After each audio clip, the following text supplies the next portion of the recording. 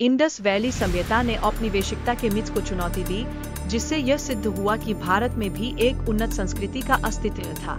जैसे जैसे हम इसके रहस्यों में गहराई से उतरते हैं, यह स्पष्ट होता है कि यह सभ्यता केवल एक भूतकाल का हिस्सा नहीं, बल्कि एक जीवंत चेतना थी। इसकी खोज ने ब्रिटिश साम्राज्यवाद के दावों को ध्वस्त करते हुए यह दर्शाया कि भारत में एक संगठित नगर योजना की जटिलता थी।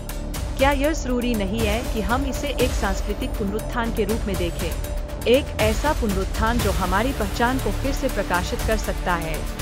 इंडस वैली सिविलाइजेशन के अध्ययन से यह सिद्ध होता है कि यह सिविलाइजेशन अन्य प्राचीन सभ्यताओं के समकालीन था। यह अपने समय का एक अद्वितीय उदाहरण पेश करता है।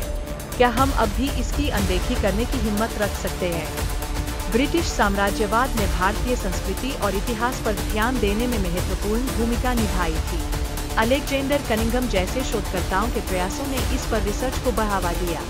लेकिन सोचिए, क्या यह सच में हमारी संस्कृति को समेटने की कोशिश थी या सिर्फ एक राजनीतिक चाल? आईवीसी के प्रमुख स्थल जैसे हड़प्पा और मोहनजोदड़ो की खोज ने भारतीय इतिहास को नया मोड़ दिया। इन स्थलों पर कई महत्वपूर्ण अवशेष मिले हैं।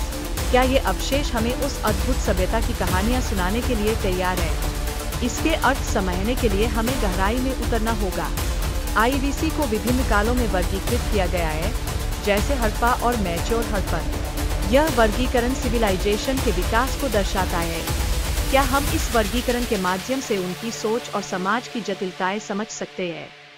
हड़प्पन सभ्यता के नगर नियोजन की विशेषताएं जैसे स्ट्रेटिफाइड प्लानिंग और ग्रिड सिस्टम ने इसे एक अद्वितीय उदाहरण बना दिया। क्या यह संभव है कि आज की आधुनिक नगर योजना भी इसी से प्रेरित हो? यह उन अनकहे रहस्यों की ओर इशारा करता है जो आज भी हमारी आंखों से छिपे हैं। हड़प्पन समाज की सामाजिक संरचना और वर्गीकरण ने यह दर्शाया कि यह समाज कास्ट सिस्टम से अलग था। यह विभाजन सत्ता और स्थिति के आधार पर था। क्या यह हमें यह सोचने पर मजबूर नहीं करता कि क्या हमारी आधुनिक समाज में भी ऐसे विभाजन हैं? जल प्रबंधन प्रणाली का विकास हड़प्पन सभ्यता की एक महत्वपूर्ण उपलब्धि थी, जिसमें वेस्ट वाटर मैनेजमेंट और अंडरग्राउंड ड्रेनेज सिस्टम शामिल थे। यह प्रणाली आज के स्वच्छता मिशनों के लिए एक आदर्श उदाहरण है। क्या हम इन प्राचीन ज्ञान को आज के संदर्भ में नहीं देख सकते? मोहनजोदड़ो का ग्रेट बेथ और उसकी विशेषताएं इसे पानीरोधक बनाती है। यह प्राचीन भारतीय वास्तुकला का एक अद्वितीय उदाहरण है। क्या इसके पीछे की तकनीकी सोच हमें आज भी प्रभावित नहीं करती? हड़प्पा की कला और शिल्प उत्कृष्टता के लिए प्रसिद्ध है। यहाँ के कलात्मक वस्त्र और मूर्तियों ने समाज में धार्मिक आस्था को दर्शाया।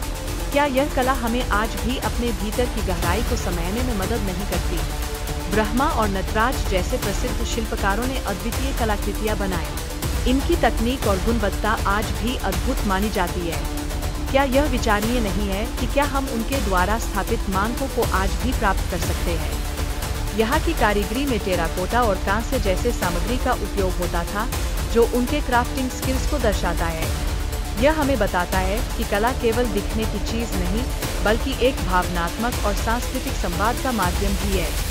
इंडस वैली में पोटरी और अन्य क्राफ्ट्स का विकास हुआ, जो उनकी सामाजिक और सांस्कृतिक संरचना को दर्शाता है।